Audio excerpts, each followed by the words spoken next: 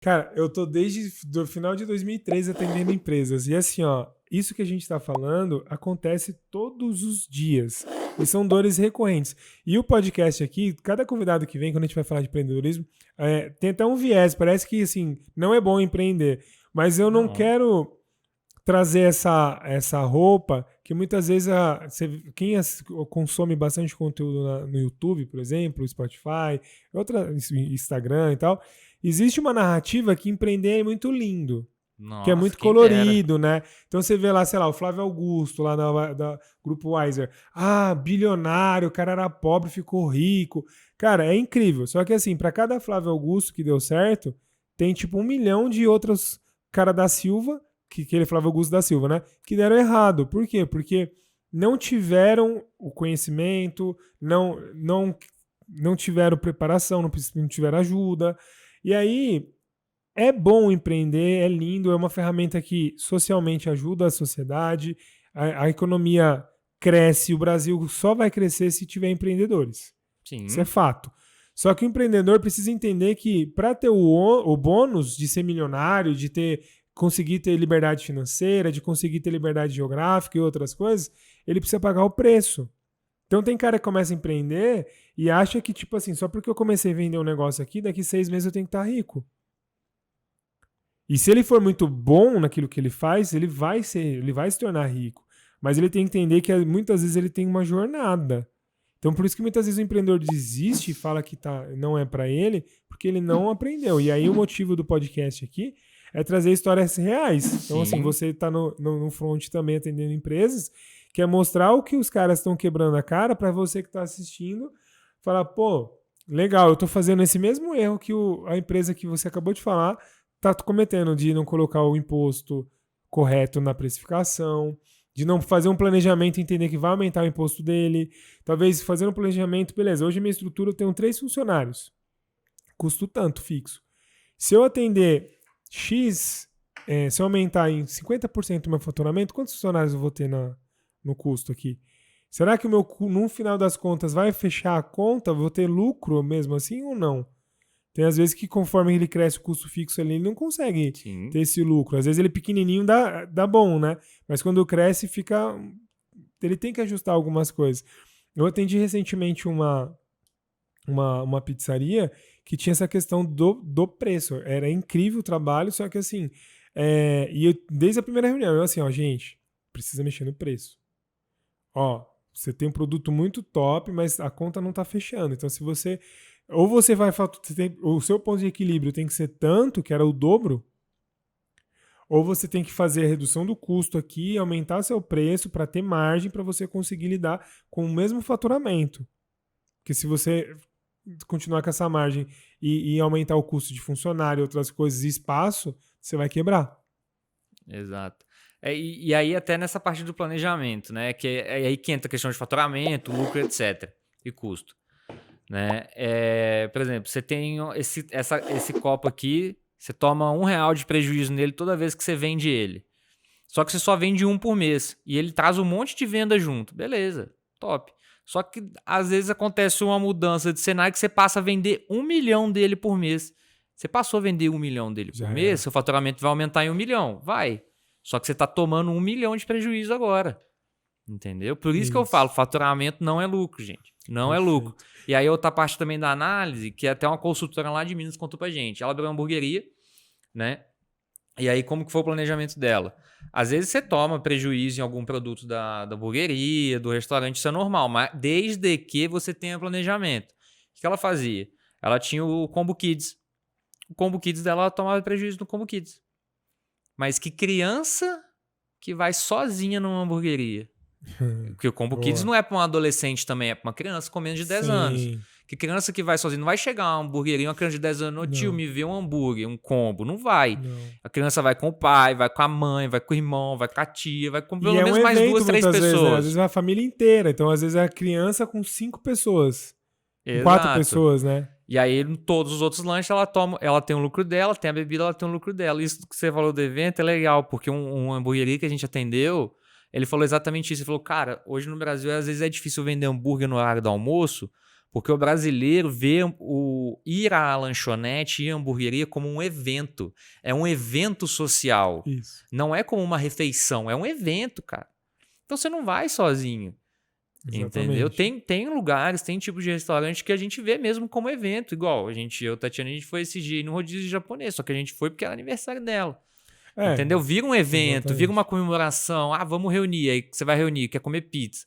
Você não vai comprar uma pizza pra cada um. Você vai no quê? Você vai no rodízio. Aí você junta 5, 6, 7 amigos, pô, vamos no rodízio. Né? Vira um evento. E uma coisa legal, já que a gente tá falando de alimentação, a gente tava com um dia que a gente se conheceu. Você comentou essa questão da precificação, que nem sempre o empreendedor que trabalha com alimentação consegue ajustar a precificação do aplicativo. Que às vezes, muitas vezes é um tiro no pé ali, que o cara, ele querendo faturar mais e ter o faturamento, aquele número grandão, ele acaba refém de um aplicativo ali de entrega, né? Sim. E que ele não consegue ajustar o preço dele e ele roda nesse prejuízo aí, né? Então, fala um pouco dessa experiência, desses cálculos que você chegou a fazer. Tava conversando, inclusive, com meu amigo hoje no Instagram, que São Paulo, acho que São Paulo vai lançar um aplicativo aí de mobilidade também, concorrer com o Uber. Aí ele falou, vai ser igual o que fizeram no Rio, que lançaram um concorrente do iFood e não deu certo. Era zero taxa, tudo. Mas aí o que acontece, né? Que hoje, querendo ou não, o iFood é o principal que a gente tem player, hoje. Sim. Entendeu? E o cliente, ele falou, não tinha me tocado nisso. O cliente não é do restaurante. Se você tiver uma hamburgueria, se tiver no iFood, o cliente não é seu, o cliente é do iFood, cara. Sim. Entendeu? Então aí o que acontece? Você tem a taxa bem alta. Se você não repassar e você vender com o mesmo valor da sua loja no aplicativo, lá em Minas ainda tem outros. No outro aplicativo, cara, você vai tomar o prejuízo.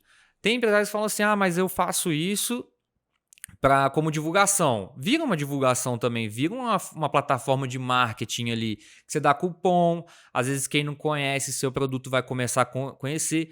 O aplicativo, o iFood é um puta parceiro do empresário, ele é um puta parceiro, cara. Até meu amigo falou, cara, hoje o empresário vende menos direto do que pelo aplicativo. A maior venda deles às vezes é no aplicativo. Sim. Só que aí tem esse repasse. E também tem outro ponto. Se você calcular diretamente, você vende essa água pelo iFood por R$10, você vai ter lá, vamos supor que a taxa seja R$30, 30%. Se você colocar R$13, você ainda está tomando prejuízo, tá? Porque eu já fiz a conta, você tem que reajustar 42% em média ali para você ter o lucro. Porque se você vender a R$13 e tirar 30% de novo, você vai tirar R$3,90. R$3,90 vai dar 9,10, ou seja, você já está ganhando menos do que o outro. Se você fizer isso com consciência, pensando que você está usando a plataforma como marketing, beleza. Só que aí tudo vai da estratégia. E tem que ser entendido o quanto que é essa venda. Porque se o carro-chefe do cara, a maior venda vem do iFood, ele tem que ajustar. Ele tem que ajustar, porque muitas vezes o lucro que ele tem na operação dele normal ali de telefone, WhatsApp, cliente que vai presencialmente, não banca. O lucro que ele tem ali, por exemplo, ele tem uma margem de 30% no presencial. Então ele toma prejuízo numa linha, mas na outra ele ganha. Só que muitas vezes é desproporcional, né? E nem sempre gera o resultado de marketing que ele quer, porque às vezes o cliente conhece ele, mas o cara compra sempre pelo iFood e não compra. Que vem, às vezes tem gente que coloca lá, ó, peça aqui, desconto na próxima compra e tal, mas tem gente que é acostumado com o aplicativo. O cara não vai ligar na pizzaria e falar, viu, eu quero falar na pizzaria. É tão mais simples pegar o celular e fazer a compra, então ele tem que entender, porque às vezes ele tá realmente plantando um prejuízo grande aí. Sim.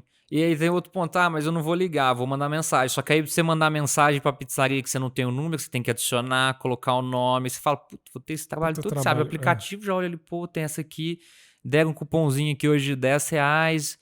Mas tem a entrega. Mas os R$10 aí... Compensa a entrega. Então fica elas por elas. Sim. Então toda essa estratégia tem que ser realmente pensada. E é o que você falou, eu vendo mais pelo iFood que no meu. Então eu vou fazer o seguinte, ó, a dica aí, ó. Já vi outras pessoas fazendo isso muito com doce. Vou reajustar a minha loja física por mesmo preço do iFood, que aí se a pessoa onde quer que ela compre, ela vai estar comprando o mesmo valor. Ou seja, ela não vai perceber que há essa mudança de preço. Entendeu? Isso. Tem pessoas que percebem. Porque a pessoa vai lá e pede no lugar. Eu às vezes faço isso. Eu entro no iFood, né, com a ideia assim, o cara reajustou o preço, vai estar mais caro. aí eu vou tentar achar o estabelecimento dele. Às vezes a gente acha. Hoje tem muita empresa que já nem tem mais, só vende mesmo pelo Isso. iFood. Né? Então, tomara que vocês tenham feito essa conta e colocado esse percentual. Aí tem outro também. Entrega pelo iFood, você vai ter a taxa mais alta. Se você não entrega pelo iFood, a taxa é menor. Entendeu? Mas aí tem um problema, você tem o motoboy. Você tem empresas hoje em Jundiaí terceirizadas que oferecem esse serviço, porque eu sei que teve uma empresária que eu atendi, eles faziam isso. Ele fala, cara, diminui em muito a taxa. Às vezes o cara pode ter o próprio motoboy ali e entender que ele pode ter essa estrutura, porque dependendo do volume, é mais vantajoso ele ter o próprio motoboy. Então, assim, e uma coisa que a gente conversou também, na questão da experiência do cliente também. Então, quem é empreendedor, às vezes fica só voltado para o preço, né, para o custo das coisas, e ele não entende a experiência. Um exemplo que aconteceu esses dias comigo. Eu sempre peço numa pizzaria, que eu gosto bastante aqui de Jundiaí. Cara, esses dias a gente pediu e o cara veio entregar, a pizza veio torta, cara. Então o queijo veio tudo num lado lá. Aí, assim, às vezes o empreendedor é um puta cara que ele vive a pizza, ele curte, ele faz com o maior carinho. Aí ele, por conta de ele não ter um custo de um funcionário lá dentro, um motoboy, e ter ali, ou seja, freelance, ou contratado mesmo, ele coloca no aplicativo, paga mais caro por isso, então ele já pode ter um prejuízo financeiro, por conta de não... E aí o pior, né? O cliente, no final, ele perde o cliente por conta de um cara que não tem nada a ver com o negócio dele. Que assim, eu olhei pra pizza e falei, puta, cara. Eu brochei, falei assim, nossa... Cara, que merda, eu vou comer a pizza toda murcha aqui, vai ter torta. que dobrar ela. E aí, assim, às vezes uma dessa eu fico...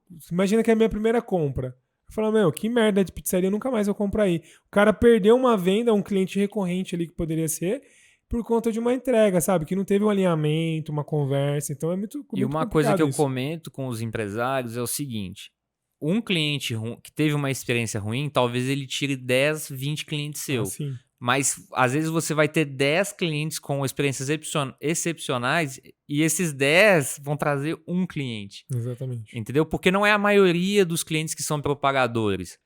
Né? A maioria não é. A maioria das pessoas não é assim. Mas tem um ou outro que é aquele cara assim, pô, eu vou comer uma pizza aqui também, eu vou te mandar, pô, o Márcio gosta de pizza. Ô, Márcio, comendo essa pizzaria aqui é top, cara, vai lá também. Ou ele faz a propaganda na hora, né? O cara tava pedindo, eu sempre peço nessa, não, pede nessa sua não, pede no cara lá que o cara é top. Mas é assim, ó, hoje a gente, acontece muito, né? Hoje as pessoas, principalmente na internet, gostam de criticar, né? Você vê ali qualquer coisinha lá, não gostei do que você falou agora da pizza, eu sou o cara contra a pizza. O cara já vai encher de dislike lá, querer cancelar e falar um monte. Mas elogiando, são poucas pessoas mesmo. Tem a questão da métrica do NPS lá, né? Que o cara que é um defensor da marca, tipo, o cara nota 9 e 10, né? Então, quer dizer, de 8 para baixo, ninguém vai defender você. Ninguém vai te indicar, né? E de 6 para baixo, as pessoas vão te massacrar ali. Detrator, então, assim, né? o 7 e o 8, ele é neutro. E, tipo, teoricamente, 7 e 8 pelo padrão, né? Já é, tipo, é bom, né? Pô, é muito acima da média, né? A gente aprende que é muito acima da média, mas na realidade não é. Não.